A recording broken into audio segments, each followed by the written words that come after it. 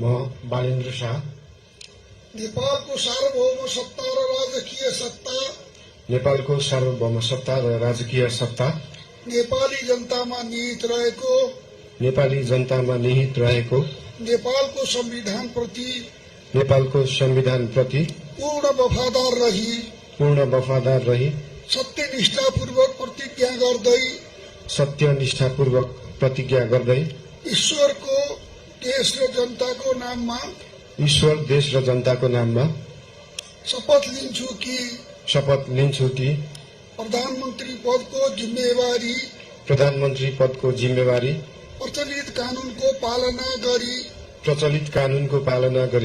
मुलुक र जनताको भलो चिताई कसैको डर नमानी पक्षपात नगरी पूर्वाग्रह वा खराब भावना नलिई ईमानदारीका साथ गर्नेछु र आफ्नो कर्तव्य पालनको सिलसिलामा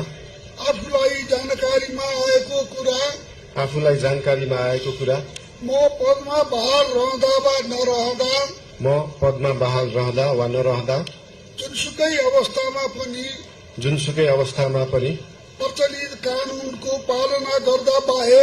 प्रचलित कानूनको पालना गर्दा बाहेक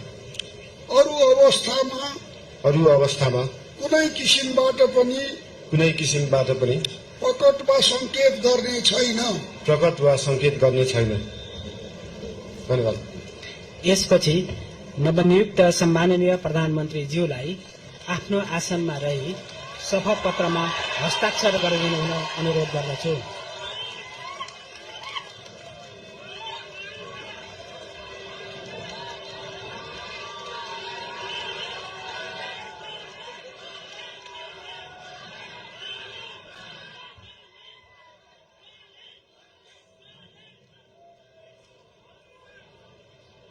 सम्माननीय प्रधानमन्त्री श्री बालेन्द्र शाहज्यूबाट प्रधानमन्त्री पद तथा गोपनीयताको शपथ लिने काम सम्पन्न भएको छ।